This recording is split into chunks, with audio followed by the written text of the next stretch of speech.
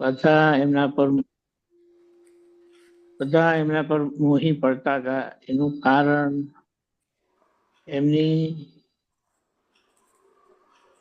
એમના અંગની સ્થિતિ એવી હતી. એટલે હવે આપણે વિચાર કરીએ કે કેવી રીતે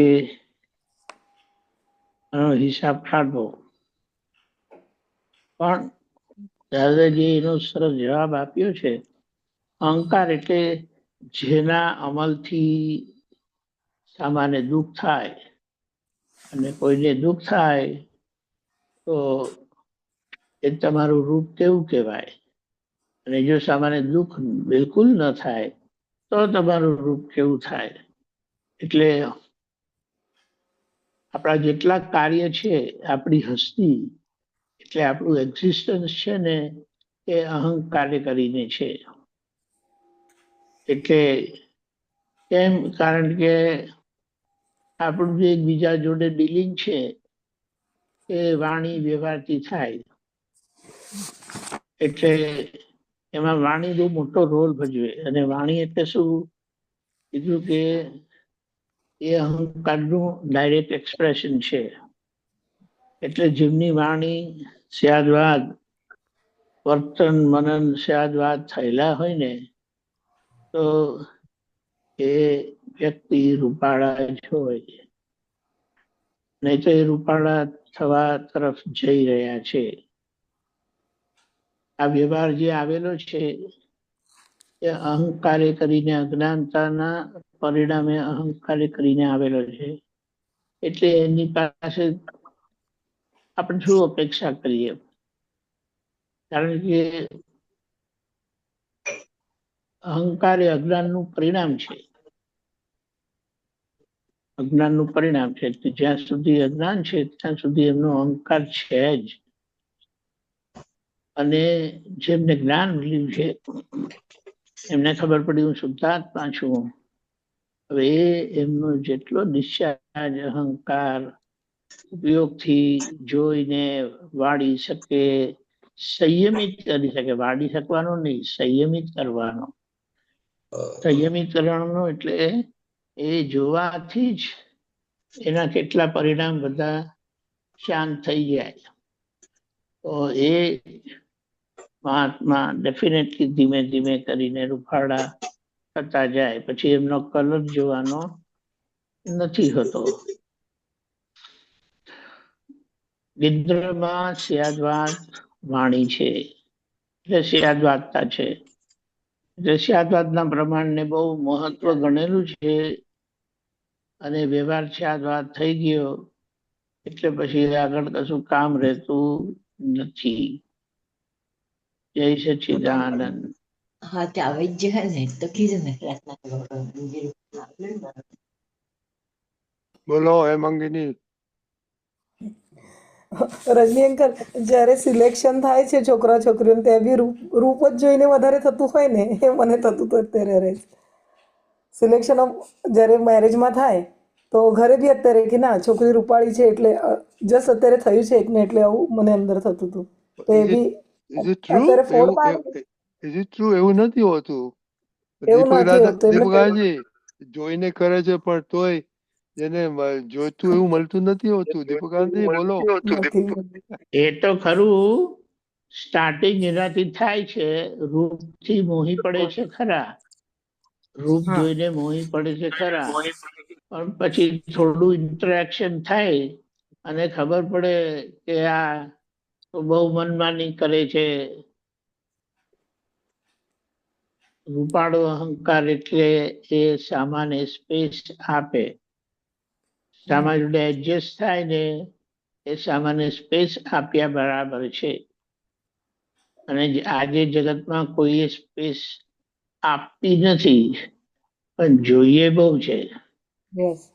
એટલે એ વાત સાચી છે. એ મળે ત્યારે એવું બધું કરે છે, પણ એ લોકો ને આ મુશ્કેલી આવીને ઉભી રહી જાય છે. બરાબર? એટલે ધીમે ધીમે કરીને, એટલે કે છે ને કે મેળાપ થાય છે પછી એકબીજા જોડે આવી રીતે મળતા રહે તો એકબીજાના અહંકાર જોડેનું એડજસ્ટમેન્ટ, એટલે એકબીજા જોડેનું એડજસ્ટમેન્ટ આવતું જાય છે. અને નહીં તો એ એક સિદ્ધાંત છે. એ સિદ્ધાંત જો કોને લાગુ પડે છે? બહેનોને લાગુ પડે છે. ગમે તે થાય, બહેનો બહુ ડિમાન્ડિંગ નહીં હોય હમ અને એક્સેપ્ટન્સ વાળા હોય. આમાં બહુ સરસ વાત એ કીધી છે કે સ્ત્રી પુરુષ વચ્ચેનો સંબંધ સચવાય ક્યારે રે? જ્યારે પુરુષ સ્ત્રીને ગમે તે રીતે રાજી રાખે. પહેલ કોની છે? પુરુષની. કે પુરુષ સ્ત્રીને ગમે તે રીતે રાજી રાખે, ખુશ રાખે, એને સ્પેસ આપે, તો પછી સ્ત્રી કંઈ પણ કરવા તૈયાર. એટલે જો સમજણ શું કહે છે? પુરુષે સ્ત્રી માટે મરવા તૈયાર થવાનું, જીવવાનું, જીવવાનું, એમના માટે જીવવાનું. અને એમના માટે જીવતા શીખી ગયા ને તો બેન એમના માટે મરવા તૈયાર. પણ આપણે જીવતા નથી બીજા માટે. બીજાને રાજી રાખવા એટલે બીજાને જીવે, સારી રીતે જીવે, કમ્ફર્ટેબલી, એવી એમને સ્પેસ આપે, એમની જોડે પોતાનું આખું ડીલિંગ, ફ્રીડમ પણ આપે. બંધન પણ છે અને ફ્રીડમ પણ આપે. એટલે રાજી રાખે. અને જે સ્ત્રી રાજી હોય એ એમના પતિ પાસે કોઈ અપેક્ષા રાખે નહીં, એમને એમ જ ખુશ રહેતા હોય. પણ પેલા ધણી પણ બજાવે તો પછી વાત બધી બગડી જાય. ખ્યાલ આવ્યો? જી બરાબર. આવું છે. એટલે learn to live for others and others will die for you. willingly die for you. એટલે બધો પુરુષાર્થ પહેલ ક્યાં રહી? પૈયે સામાને રાજી રાખવા.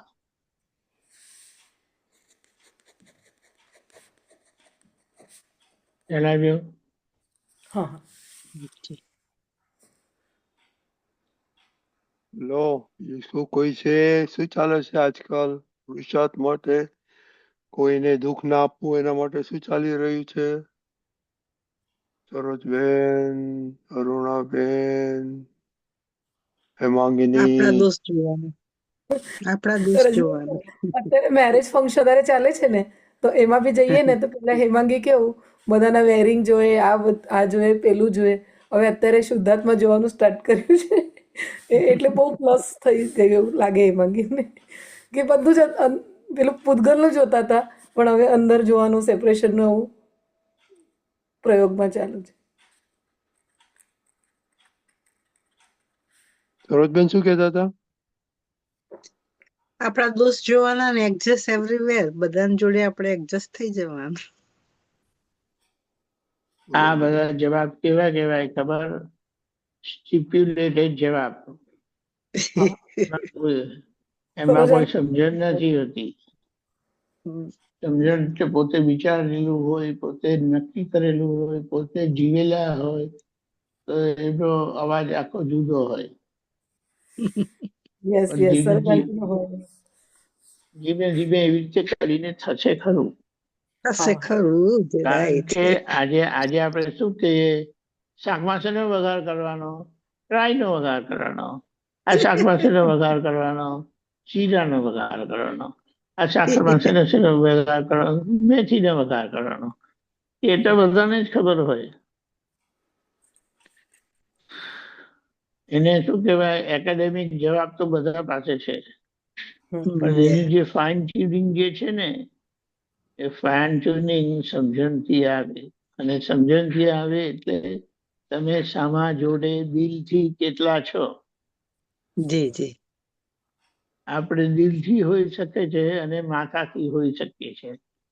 જી એનું માપ શું છે કે જો સામા જોડે તમે દિલથી છો તો એમની પાસે કોઈ અપેક્ષા નથી. નથી. જી સાચી વાત તમે છે. જો એમની જોડે માથાથી છો તો એમની પાસે બધી અપેક્ષા છે. સાચી વાત છે. હવે એ જયારે આવે ને માથું, કોઈ સંબંધ ટકવાની સંભાવના નહીં. જય સચ્ચિદાનંદ બધા મહાત્માઓને. પછી ગાડી ગબડી જાય તો બરાબર છે, પણ આપણે જે જવાબ જોઈએ છે ને એ એનાથી આવશે. એટલે જી 2-3 મુદ્દા છે. બીજા માટે જીવો તો લોકો તમારા માટે મરવા તૈયાર. બધા સાચી વાત છે. જોડે દિલથી રહેજો, માથું બાજુ પર રાખજો જય સચ્ચિદાનંદ. ગુડ. સરસ. અને સામા ગમે તેવા પણ હોય એનો સ્વીકાર રાખજો. જય દિલથી હૃદયથી સ્વીકાર જે રાખે છે એને ક્યારે કોઈની જોડે વાંધો આવતો નથી. નથી. સાચી વાત છે. તમે જેવા છો તેવા મેં તમને સ્વીકારેલા છે અને તમને મારા હૃદયમાં જગા આપેલી છે. છે. જય સચ્ચિદાનંદ. બહુ સરસ. એવું છે. જય બહુ સચ્ચિદાનંદ. સરસ.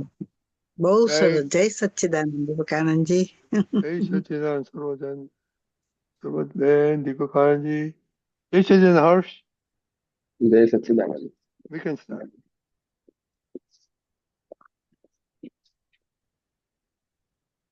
જય સચ્ચિદાનંદ. પ્રાતઃ વિદે. શ્રી સિમંદર સ્વામીને